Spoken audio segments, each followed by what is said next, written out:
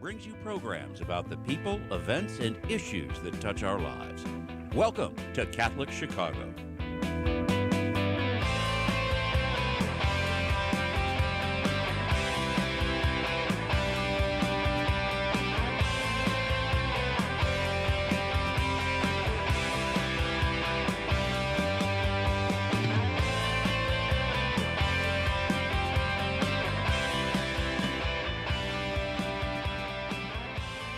Good morning. Welcome to Catholic Chicago and WNDZ, 750 AM.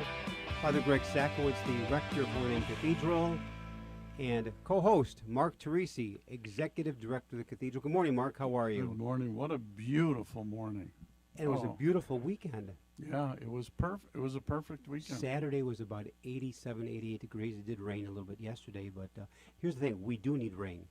Oh, a lot. And we're going to get some this week, so that's good. We're way, way below average for spring. Usually it's rains like crazy in spring. We've not had that. And the lake water level is very low. It was so high for several years, and now it's way below average. And we really actually do need that rain. But the weather was wonderful, and the Cubs took 2 out of 3 From St. St. Louis, which was outstanding in St. Louis. Right, exactly. And the Sox got swept. Are they still in by first? the Yankees. The Sox? They're in Sox in first by a game Cubs and a half. are out by 2. Correct. And but it's a long season. It's a Yeah. long way to go. So 312-255-8408, 312-255-8408 here on WNDZ 750 AM. Tremendous hour lined up, and backed by popular demand, Dr. Edward Gordon will be talking about the age of faith, the church in the Middle Ages. But before we do that, first of all, how are you, Edward? Good morning to you. Well, I'm fine. How are you, Father Greg? Doing very, very well. Now, you're back in Chicago with Elaine, correct? I'm right. I'm sitting here just a few blocks from you. Oh, that's right, from in your home there. So you're enjoying this beautiful morning. Yes, I certainly am. And Why? What a nice picture up on YouTube of you. That was a great picture of Edward. And is that from your first communion, Edward? No, Very- actually, we update those pictures regularly. It's because my wife treats me so well that I look that way. You look tremendous. Now, the question I would like to ask you on behalf of Dr. Robert Mall, a regular listener from Indiana. Yes. First couple of minutes, we'll talk about the pandemic because you are the expert on the coronavirus in terms of this whole, the history and what's going on. Edward, what inning are we in right now? Well, I would say right now we're in the top of the 8th. Okay. So we moved up. Oh, we have When you were on about a definitely month ago, improved, we're in and the the bottom of end the is in 7th. sight. Yeah, because I'll tell you, we started back a year ago, March, in the top of the 3rd, and it moved through. You were on about a month ago from California, and you said we're in the bottom of the 7th. So in fact, we're in the... Now, why do you say top of the 8th, and let's say not bottom of the 9th? Well, that is because even though many people have been vaccinated, we still have large numbers of people who have not been vaccinated. So we need more people to be vaccinated so that they won't get the virus or reinfect other people who have been vaccinated and may get a milder case. But after talking to a good friend of mine who is an infectious disease specialist, if you get reinfected, you could still not end up in the hospital, but you could have significant health problems that will linger for a long time. So we have to be still observant of the fact that the COVID-19 is still active. It's in the air. It's all around us. It's a silent killer. It's already killed 588,000 people. And if you factor in all of the excess deaths from last year, which is another 380,000 plus, we're now at 1 million people almost have died in the United States from COVID. So wait, Edward, you're saying in our country we are close to 1 million who have died from COVID-19? Right, because of excess deaths last year. These are people who died above and beyond what normally would have died, all right? Worldwide, we're talking about 10 million people factoring excess deaths who have died from COVID. 10 million now? Yes. I thought it was about 3.5 million. Well, if you, again, factor in excess deaths. Now, what do you mean excess deaths? These are people who have died, Father Greg, that you normally would have buried. But now, because of COVID, the death rate has spiked abnormally. Oh, These are above okay. and beyond the normal death rate that we would have experienced last year.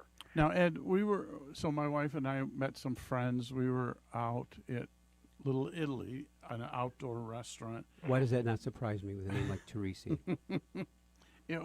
But let me tell you, and maybe you can speak to this. There was a different vibe out there. You just felt like something was lifted a bit. You know, it wasn't people. You know, we wore our mask before the waitress came. You know, but you're downtown. What are you seeing in terms of how people are responding to the eighth inning? What I'm seeing is that a lot of people who are out and about have been vaccinated, and they go and are with people who have been vaccinated. Right, exactly. Well, all your friends were vaccinated. You were vaccinated. Exactly. So that gives you 90%. In overall, 90% protection against this virus. It's almost a pre-question that you ask folks if you're getting together in that way. Have you been vaccinated? In fact, you know, Edward, on a sobering note, friends of mine from 2 parishes ago, both around 70, he just died last Thursday from COVID-19. She's in the hospital, his wife, with COVID-19. Yes. And so it's kind of sobering. Also, a gentleman I know who was at a wake about a month ago for an aunt who died. Yes. When the wake was finished, 2 days later, they discovered that an aunt who was at the wake was COVID-19 positive, and within 10 days, 11 members of the family got COVID-19, and 1 uncle died. Yes. So she was a super spreader, and so it's still out there. Well, there are a lot of people. Remember, the unfortunate thing that has happened with this is that it has been politicized. And science has been thrown into the junk heap by many people who say, no, this whole thing is a scam, it's a fraud, it is a conspiracy, and the vaccines are a conspiracy. These numbers that I'm reporting to you are false. Ed Gordon is a false prophet, et cetera, et cetera, et cetera, et cetera. All right? Now, my work is research as a social scientist. Each week, I send to Father Greg, in fact, I have the package ready here, a care package to Father Greg. And by the way, folks, it's not food. No, it isn't. It's data. It's information about this and other issues regarding the church, etc.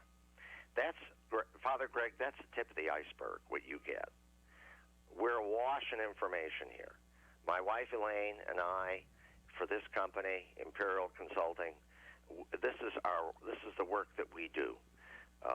We do a lot of work in workforce development, but we also touch on many other issues, including this one. All right? So the data I'm a lucky is there. recipient of all this. It's international. It's international. This is not a conspiracy by drug companies, by some political party, by certain political people, by religion, by the educated versus the uneducated, the racial groups. This is not a conspiracy. This is reality. All right? Now, can I ask you something related to that? The reality that you see. Yes. Now, transfer that reality to the Arch of Chicago and our churches. With the reality you see, where can we be in the near future in terms of how we're welcoming people back? Well, again, I belong to the Cliff Dwellers Arts Club, which is over a 100-year-old arts club in Chicago. And we are gradually reopening with limited numbers of people. You have to wear a mask coming in. We hope and pray that you all will be vaccinated when you come to the Cliff Dwellers. And in general, the people that are our members are doing this, and their guests. All right? So Again, the key is this. This radio program is to encourage all of your listeners to pay attention to the science and to protect themselves. Unlike the Spanish flu, where we had no vaccine, that killed 1 to 2% of all Americans died in the Spanish flu, and worldwide, 21 million people died from the Spanish flu. That, in the end, only died out when the vaccine had killed off enough people and they had built up enough immunity that it stopped it. And it took years for that to occur. Mm-hmm. All right? That's not where we're at. In fact, right now, we're beginning to prepare for the next pandemic. I'm sorry, guys. Yes, there will probably be another virus wait, from time out. animals Edward, were you saying transferred to humans. another virus is on the way? Right. I'm No, sure wait, time it out. is. Now, It's where are you getting that inevitable. data? It's inevitable. Well, Stay tuned, folks. Don't Yeah. don't turn the dial. Yeah. Well, That's my right. I'm point sure is we're On this gonna- one. we're better prepared than we were last time. And we turned out that vaccine in record time. And the reason why is more research has been done on vaccines. And now governments around the World Health Organization, are bulking up. So the next time it happens, we can get a vaccine developed even quicker. But now, Edward, this is the first I'm hearing about another pandemic. And you're saying it's going to be coming from animals?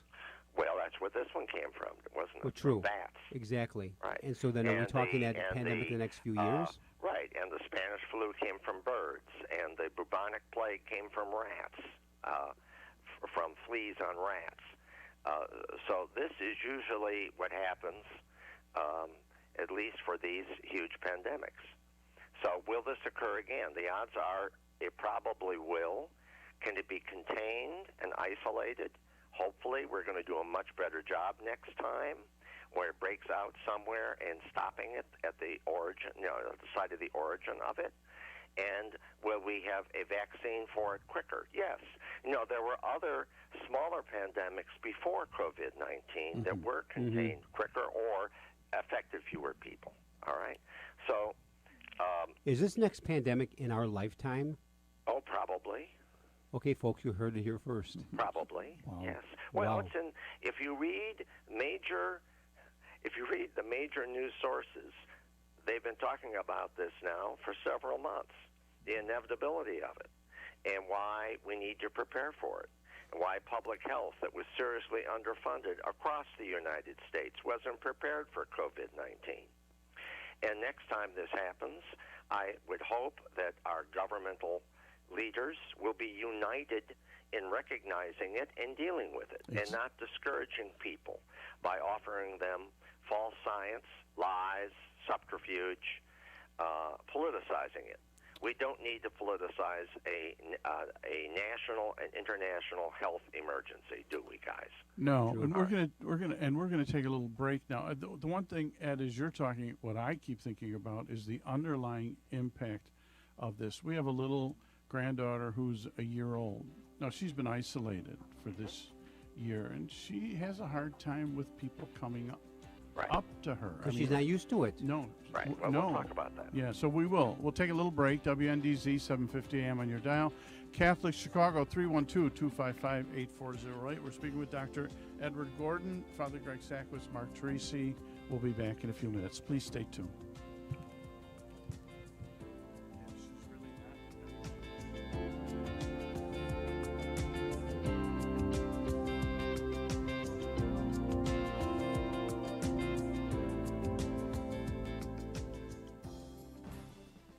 Do you have a gently used laptop or desktop computer that is gathering dust in your home?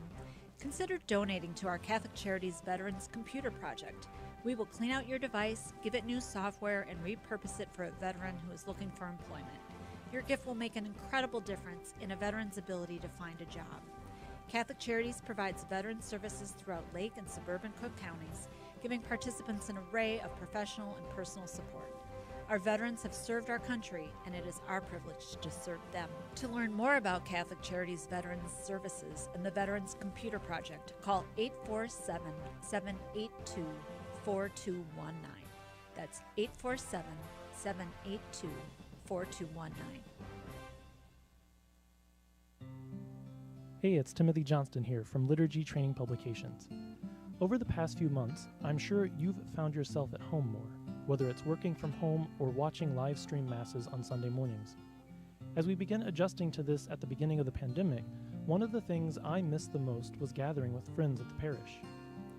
That's why we at LTP have created this new virtual gathering series called Living the Sunday Word. We meet virtually on Thursday evenings each week and reflect on the upcoming Sunday readings. And with that, we share stories to help us more fully reflect on the Word of God. I'm inviting each of you to join us, a group of friends meeting virtually from all parts of the country. So visit ltp.org for more information and to register. You won't want to miss this. Caring adults make all the difference in the lives of adolescents. Catholic Charities understands this, and our mentorship program provides a free opportunity for youth living in Lake County to spend time, virtually, with volunteers who genuinely care about them. This program is ideal for youths age 9 to 12 who may need support navigating the challenges of childhood and early adolescence. Our amazing volunteers serve as friends and role models who help youth recognize their strengths and empower them to reach their full potential. Catholic Charities conducts a thorough background check on every volunteer, and our program coordinator closely monitors and supports each relationship. Mentoring is a fun after-school program that is totally different from remote learning. Virtual group sessions help youth enjoy fun activities with their peers, too. We're connecting youth with great role models. Join us today. To learn more, call 312-937-3375. That's 312-937-3375.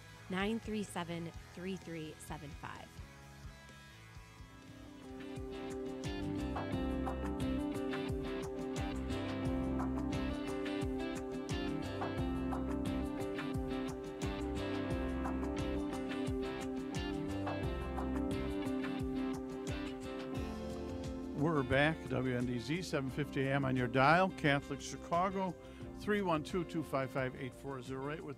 We're with Dr. Edward Gordon.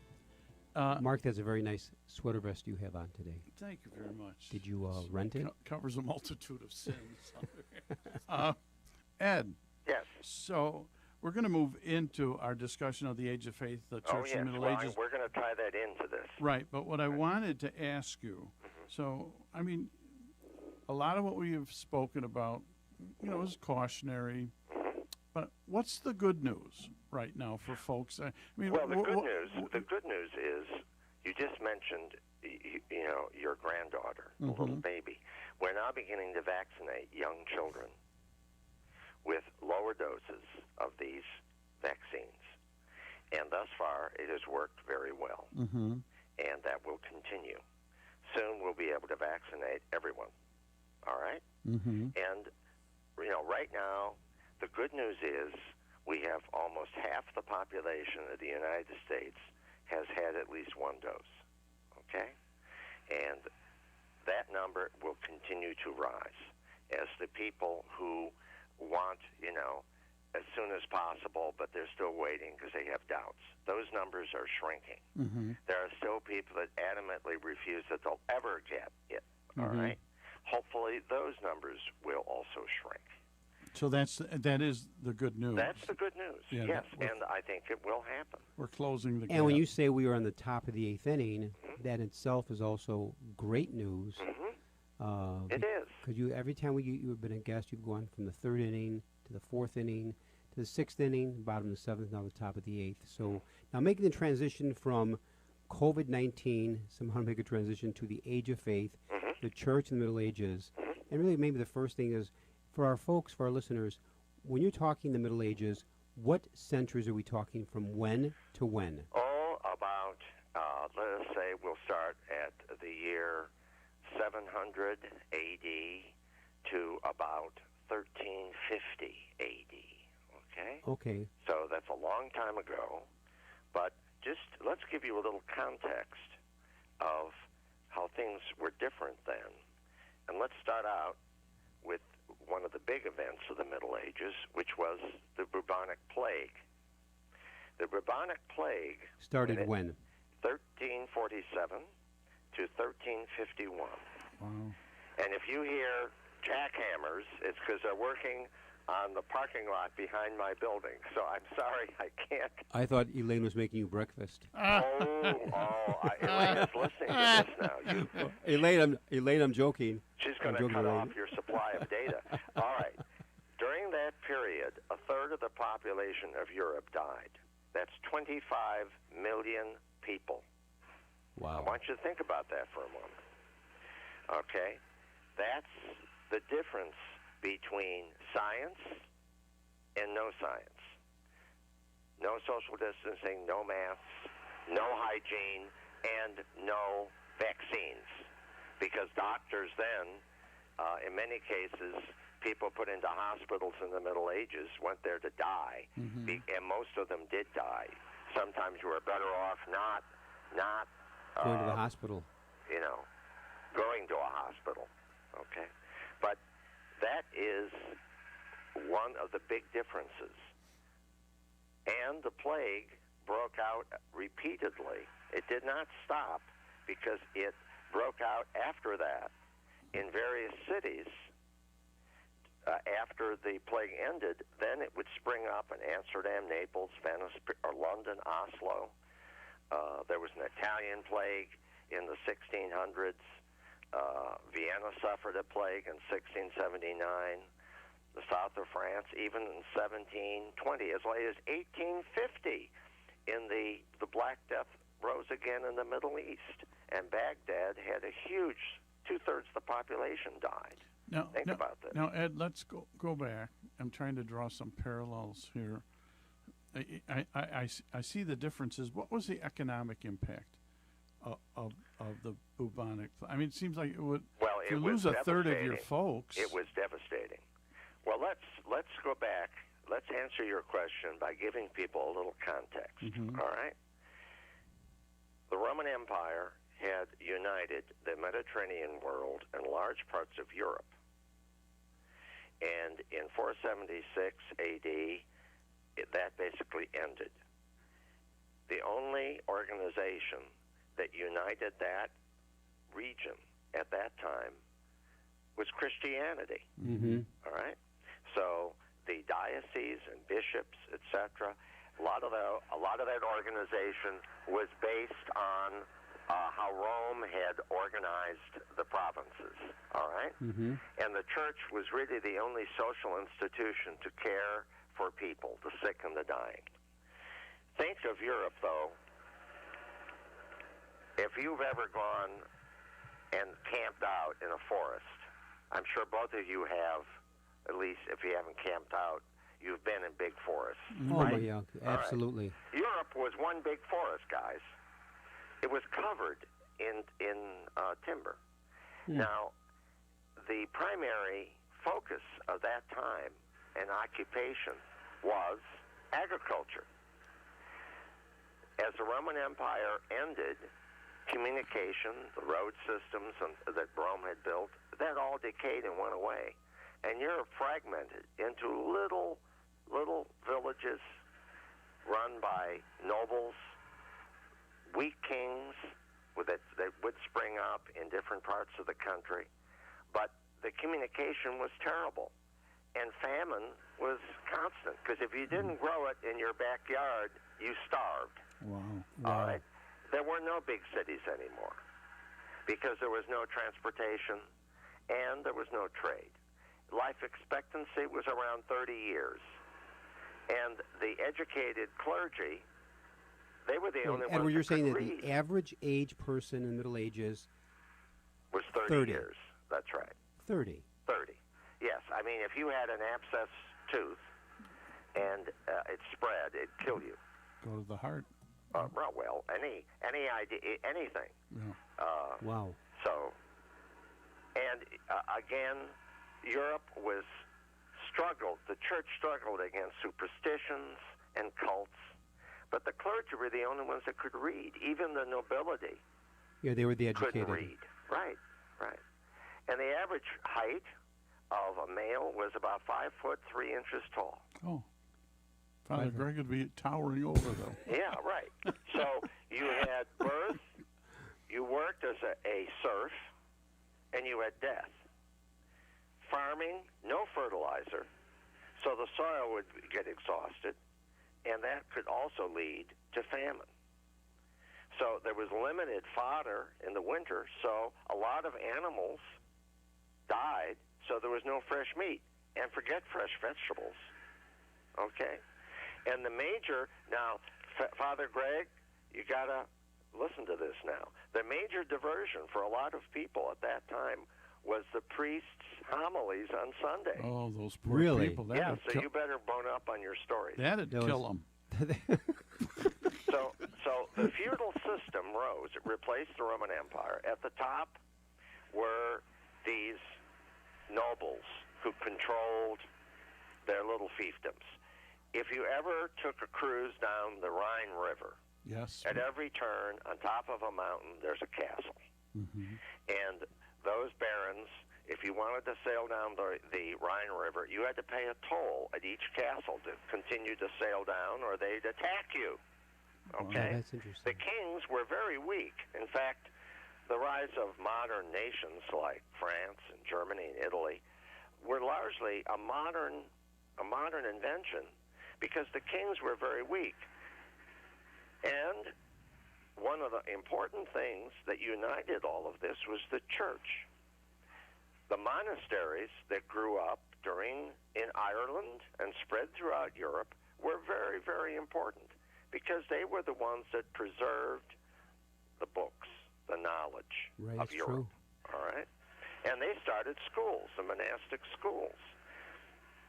So the church was vitally important throughout all of Western Europe, and they were the ones that really provided what we'll call not only spiritual services but social services to help people. And what did the family unit look like? The family unit, well, many men had multiple wives because many of them died in childbirth.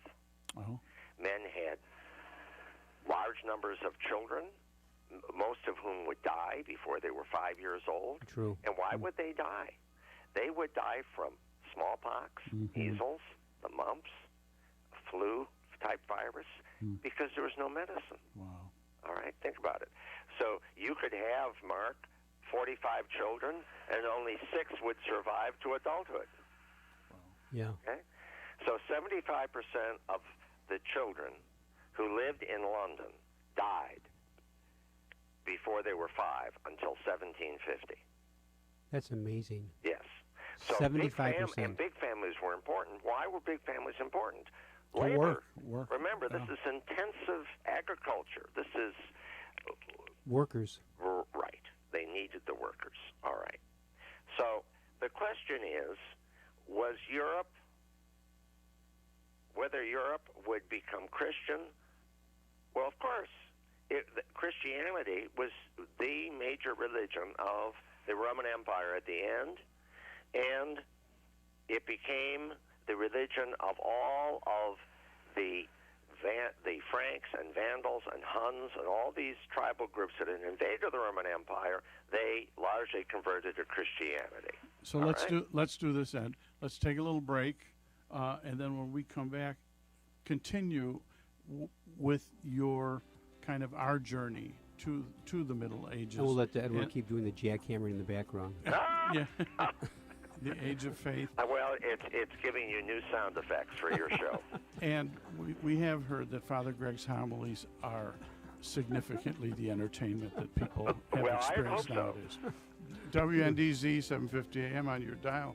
Catholic Chicago 312-255-8408. We'll be back with Dr. Ed Gordon in a few minutes. The Age of Faith, the Church in the Middle Ages. Please stay tuned.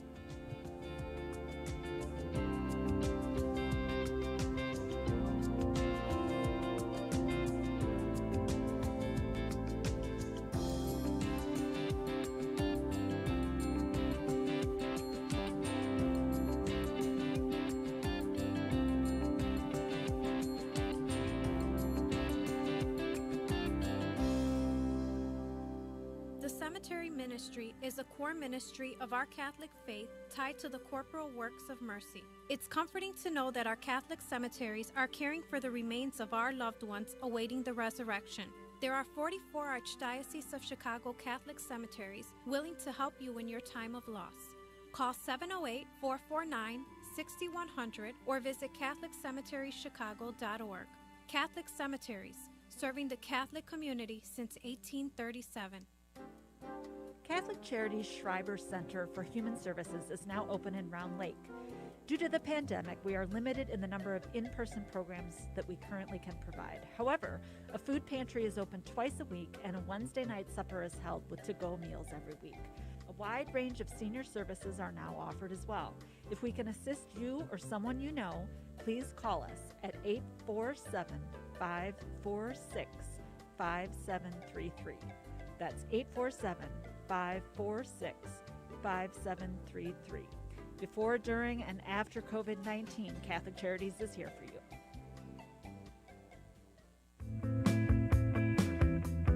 You're listening to Catholic Chicago on WNDZ 750 AM. Every Monday through Friday from 8 a.m. to 9 a.m., the Archdiocese of Chicago presents programming about the people, events, and issues that touch our lives. Thanks for letting us be part of your morning. Now again, Catholic Chicago.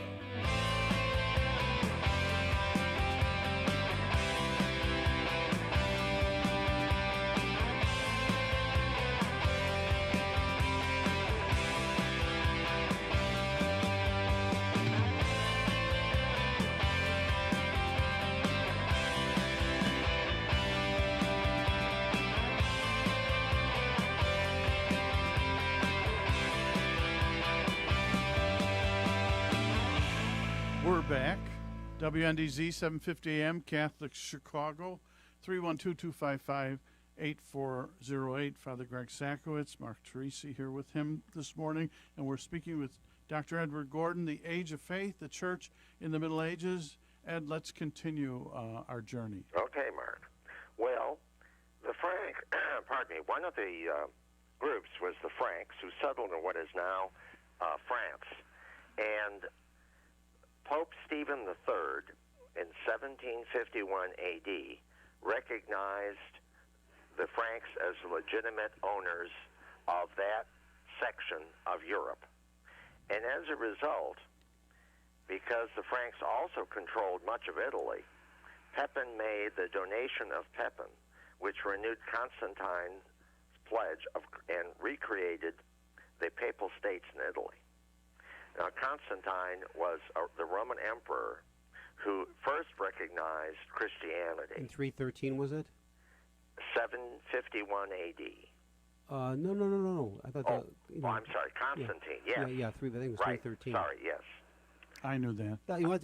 Edwards, I think it's the first mistake you've made in every interview we've ever had. You're That's because amazing. the jackhammering is so loud I couldn't hear what you were Oh my God! asking I mean, me. you're like a walking encyclopedia. Mark and I always talk about your knowledge. It's amazing. Folks, I want to puncture his myth. I have in front of me the outlines of a lot of data and information, guys, because I can't keep all of this information, and particularly dates and stuff. But the Papal States You are were phenomenal, created though. It's at amazing. that time. All right. Now, the Franks expanded their empire from France into parts of Germany and Italy, and where Belgium and Holland are. And Charlemagne, now we're up to 1768. He lived to 814, and Charlemagne was crowned the Holy Roman Emperor by Pope Leo III in 800 A.D. And Explain that role a little bit. Well, the role is that the Franks were the first unifying force in a large part of Western Europe. And by the Pope recognizing this and crowning him the Holy Roman Emperor, it really meant that the Church now was the one that would certify these governments in Europe as legitimate. So it gave the Pope a major influence over the politics of Europe itself. And who all right? decided that? The Pope? The Pope did this, yes. So he just decided, I'm the big guy. Well, he crowned him. Yeah, so Yes. he Yeah, the so power And came from Yeah. That's the Pope. right. And from the papacy. Charlemagne was illiterate, and Charlemagne brought in an Irish monk and set up a school in his household so his children could learn to read and write. Wow. It's And he interesting. did too, to some degree. It's not clear if he ever was fluent. But again, so the rise of monasteries is very important, protecting the ancient manuscripts that had not been destroyed when Rome fell, and the copying of those texts. There's a movie with Sean Connery, The Name of the Rose. Oh, sure. And in it, it shows you the monks copying by hand these in vellum-bound books. Vellum is paper made from animal skins. And the monks would devote their lives copying these manuscripts in the libraries of Europe. It's interesting. Let me switch directions, but along the same lines, Edward, and that is, what doctrines and dogmas were promulgated during this time? I thought you never asked me. You're getting ahead of the story here, but just a second. Could I back All up right. 1 second and just Well, this is first, just I'm sorry. this is just a little side note, but Okay, you were go ahead. talking about the manuscripts. Yes. And actually there are 2 books from I don't know what century at Mundelein Seminary in the archives. They're handwritten prayer books, not Wow. only with that the monks did, but beautiful Yes. pictures Yes. throughout. I mean, Yes. they're Were stunning. they gifts to a Cardinal Mundelein? Cardinal Mundelein acquired them, Yes. and at some point, depending on when the seminary opens again, when they do tours, sometimes they'll pull them. You got to wear the gloves, but exactly what you talked about, Ed, and they're treasures. They're absolute treasures. Now, the value of those, Edward, would be priceless, correct? Exactly. Well, there would be, yes. Yes. Exactly. They would be very, and if you go to the Morgan Library in New York, you can see many of these manuscripts on display. Unbelievable. All right. So, I'm sorry, it was a little Now, diversion, let's but skip. Let's go back and talk about some of the dogmas and doctrines that were promulgated during that time period. Mm-hmm. The Fourth Lateran Council in 1215, they established the concept of the transubstantiation of Christ. All right? Mm-hmm. That the priest, and only bishops could ordain priests, the number of sacraments, 7 sacraments, confession and communion once a year. The Eucharist gives man grace and hope for salvation. But again, all around the dogma of transubstantiation, through the words of Christ at the Last Supper, of the bread and wine changed into the body and blood of Christ. This is not symbolic. When Christ said, "This is my body, this is my blood," he meant exactly that. All right? Now, the bread still tastes like bread and wine. We can only say their appearance has not changed. Mm-hmm. But the whole inclusive substance has indeed changed into Christ's body and blood. That's what we mean by transubstantiation. Correct. All right? So the physical appearance remains unchanged, but this is only known now, we'll call it the mystery of faith, that Christ's whole physical presence exists in the Holy Eucharist. That's why at the tabernacle, in the cathedral, and in churches throughout the archdiocese, around the whole world, that red light is burning next to the tabernacle. Right, the presence of Christ. The presence of Christ. In And every that's moment. that's the major. And that's why dogma. when you enter church, you're not entering a hall. Mm-hmm. You're not there to have a conversation with your neighbor. You're there to pray to God. His presence is there. in a real sense, His presence is there. No, Now, spiritually, Christ is always with us. We all know that.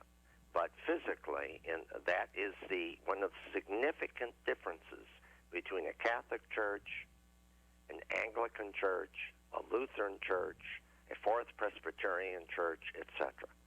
All right, those are holy places too. People go and pray to God, and but it's only in a Catholic church that God's presence is real. And I always tell people that God gave us the gift of Himself because He loves us. And here's also interesting. I'll talk to children for First Holy Communion, which we just had last Saturday.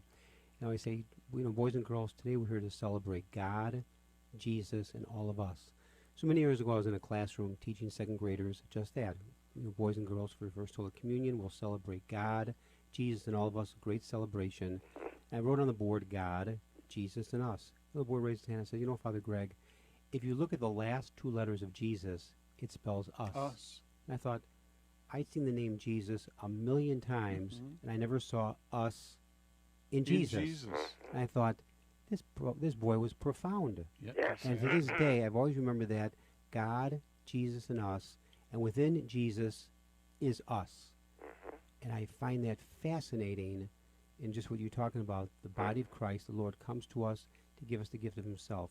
How about this? Take us to break, Mark. Okay, WNDZ, 750 AM on your dial. Catholic Chicago, 312-255-8408. We're with Dr. Edward Gordon and Father Greg Sakowicz, Mark Teresi. We'll be back, continue our discussion, the age of faith, the church in the Middle Ages.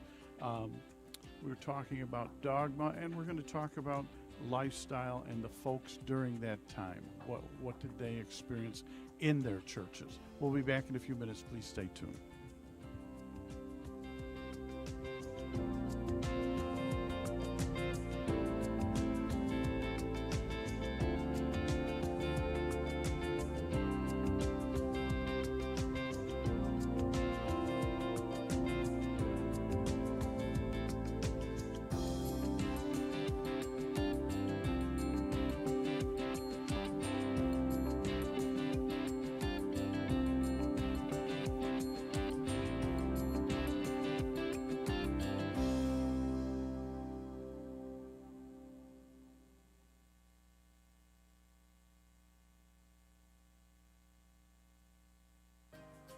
Catholic Charities After Supper Visions program helps guests of our Tuesday night supper program develop their skills as photographers. Unique talent has been discovered as the artists capture Chicago's world-class landmarks and natural settings in new and beautiful ways. On Friday, June 4th at 5 p.m., After Supper Visions will host a free virtual 30-minute program to celebrate all of the artists' achievements. Hear from the artists and see the striking photos that rival those of any art gallery in Chicago. Join us. To RSVP, call 312-655-7932. That's 312-655-7932. Or visit AfterSupperVisions.com. At After Supper Visions, we're developing film, talent, and hope. The Word Made Clear is exactly what its name implies. It's an easy-to-understand explanation of the Word of God, the Gospel. Hello, I'm Father James McElhone, Director of Biblical Formation for the Archdiocese of Chicago. I'd like to invite you to take our free online Bible study program by going to thewordmadeclear.org. Our website offers an audio-based guide to the Gospels of Mark, Matthew, Luke, and John. Listen to my lectures and follow along with the handouts provided. There are even discussion guides. You can also explore the biblical roots of the Mass. And there are links to a wide variety of biblical sources that will benefit both teachers and students of the sacred scriptures. Just go to wordmadeclear.org to experience our free online Bible study program. Again, it's free at wordmadeclear.org. It's the Word of God. Enjoy.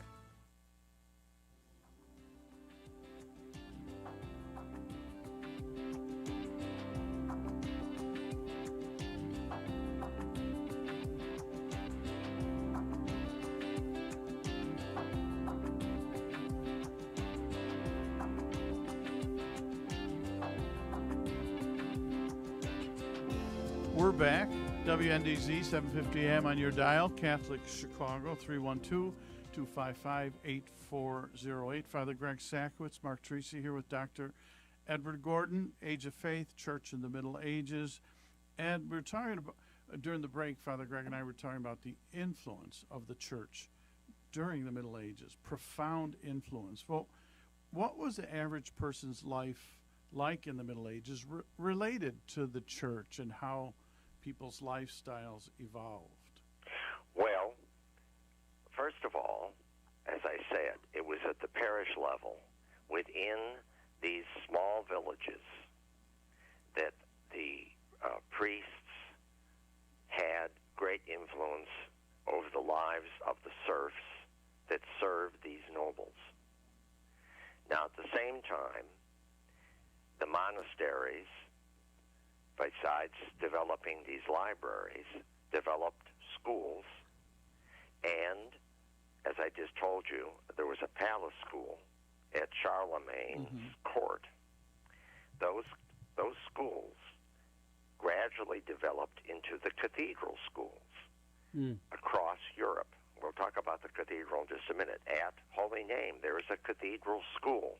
Now it has merged with another school, but that was developed as the school at the cathedral, wasn't it?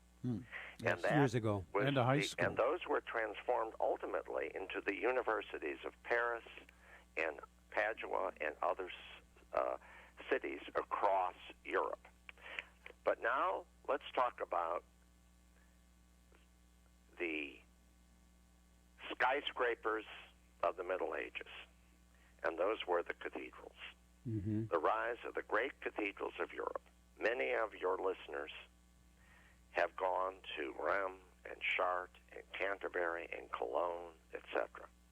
And many of those took hundreds of years to build, 100 years or more. They're called cathedral because in Latin, cathedra means chair, and they were the site of the bishop's chair.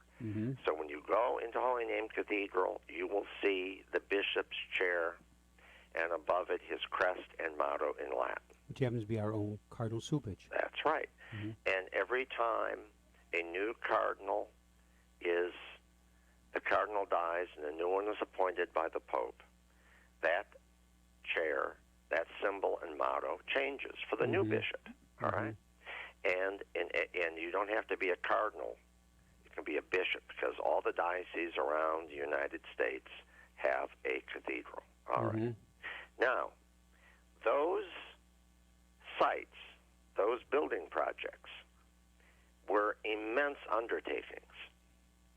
And there would be different guilds that grew up around it. The Masonic order, the Masons, were essential, those skills, to build Notre Dame and Chartres and the others, all right? But think of the carpenters. Think of the stained glass windows. Think of all the components that would go into that. And they became the site and shrines of the Middle Ages. The people, in many cases, who are the saints? Who are the saints? The saints, I heard this expressed once in a sermon at Holy Name Cathedral. One of the priests asked these first graders, just like the experience you had, Father Greg, who are the saints? And this one little first grader said to the priest, the saints are the people who God's grace comes shining through. And the priest said, my Lord, this is wonderful. What an insight for a little boy. And say that line again. How did the little boy see that? They had just been to a church, and they'd seen the stained glass windows, and all the saints were in the windows, and that's what the little boy took away from it. Okay, and that was true in all these cathedrals. And the carvings, you go to Chartres, you go to all of these, and there's Christ, and there's the apostles, and Mary. not just of the stained glass, but in all of those statues covering the outsides of these cathedrals. And think about this for a moment. All those statues were painted. That was all in color. That's True. worn off over the centuries. There are a few churches, though, I've seen in Switzerland where they have reapplied the paint. And it is amazing, how that helps those statues stand out even more. And luckily now, in many parts of Europe, they've cleaned those churches. Before they, a lot of them were very dirty with soot, etc. A lot of it's been cleaned. Edward, just on a sidebar, Notre Dame had the fire Yes. that was about 2 years ago. How is restoration doing there? Have you heard? Slowly. Very slowly. Slowly. Very Because slowly. of funding or because lack of craftsmen? No, it's because of the complexity of the construction and the safety measures that have to be used so that the outer walls of that cathedral don't collapse. About how many years are they looking at before completion? Oh. Total completion, Mm-hmm. I would estimate, will take anywhere from 10 to 20 years before Notre Dame Cathedral is totally restored. Is And it open to the public right now, or is it still closed? No, only very limitedly, And if any. Are those strictly private funds that are coming in? No, no. All the churches of France are owned by the government. Oh, I didn't know that. I did not know that. All of the churches of France since the French Revolution Are owned by the government? are owned by the government. Wow. No, that I did not know. And in France, priests and nuns cannot wear garb in public. That is prohibited Why? because the French do not support the concept of religion. The government is religious neutral. Remember the French Revolution? So I could not wear the Roman collar, walk in the streets. No, they don't want. No, France. you are prohibited from doing I that. could wear it in my And church. that's true in many countries, not just France. Thousands of priests and nuns were guillotined during the French Revolution, True. and religion was banned. Many of those churches were used as stables. It was changed under Napoleon, and it seesawed back and forth. But the French government does not recognize any religion. The scarf controversy now with the Muslims, the wearing of scarves, etc., is a religious symbol to them. And that has gotten into a great deal of controversy because they will not allow any religious symbols in public. All right? So can I ask a question regarding cathedrals? Because this is new to me. So at Notre Dame, do they say Mass there? Does the government allow? Oh, yes. religion- Oh, okay. yes. No. They're allowing Mass all over in Okay. churches. That's not the issue. Okay. But the But the the public recognition. restoration, et cetera, is government money. Now, there's private money being spent as Right. well, all right?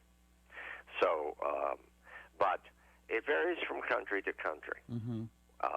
But coming back to the cathedrals, so the saints, when they died, there are relics. Now, in Holy Name Cathedral, there's a reliquary, right? Mhm. That is correct.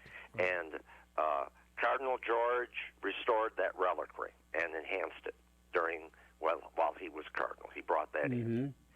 And there are relics in the major cathedrals all over Europe. People would make pilgrimages to those sites from across Europe in order to gain indulgences that were offered. And they would spend weeks, years going on these pilgrimages.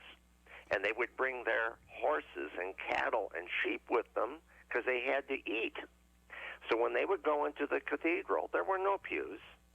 They would sleep in the cathedral. This is like the early Holiday Inn. All right? Look at it that way. And they would look up at the stained glass, and there is Jesse's stem. And you can see all the generations. There's the Last Supper. There's the crucifixion.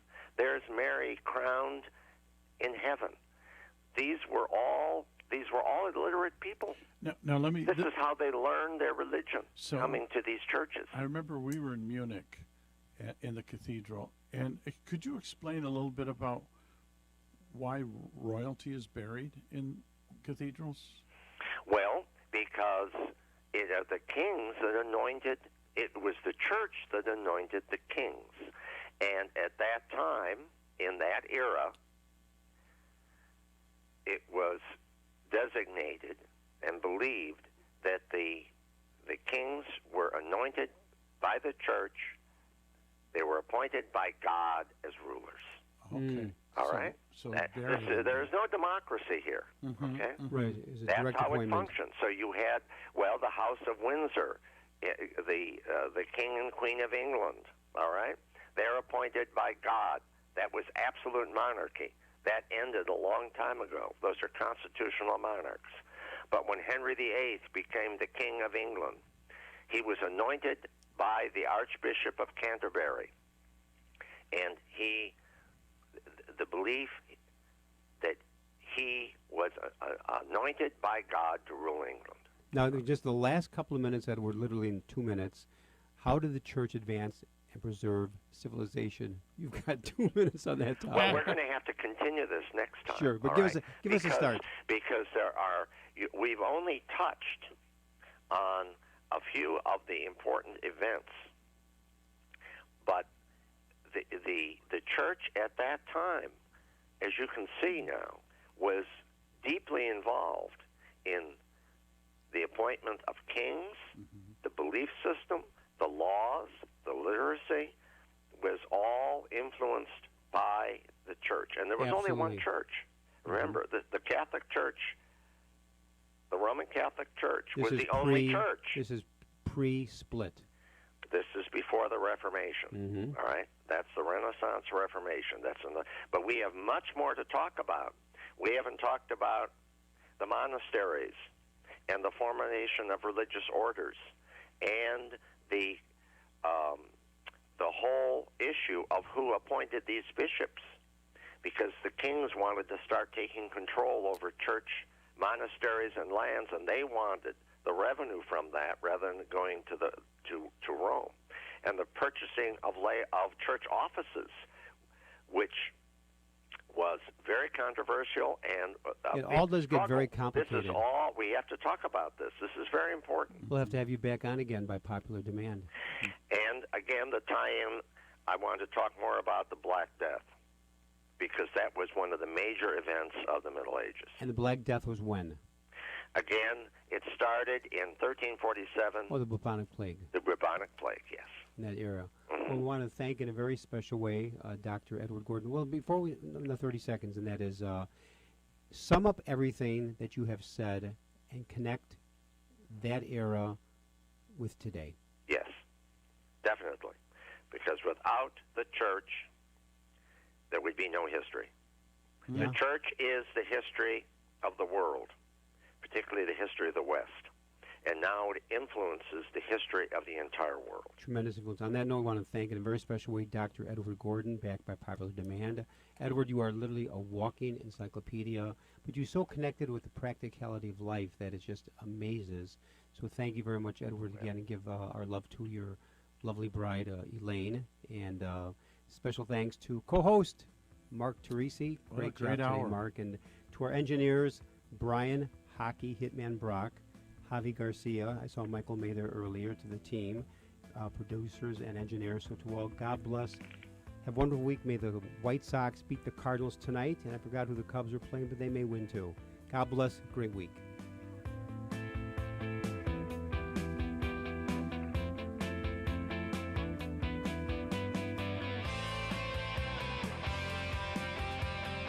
Join us every Monday through Friday at this time for Catholic Chicago. You can stream our programs live or listen to past programs by visiting our website, archchicago.org, and clicking on Radio TV. And please connect with Catholic Chicago on social media.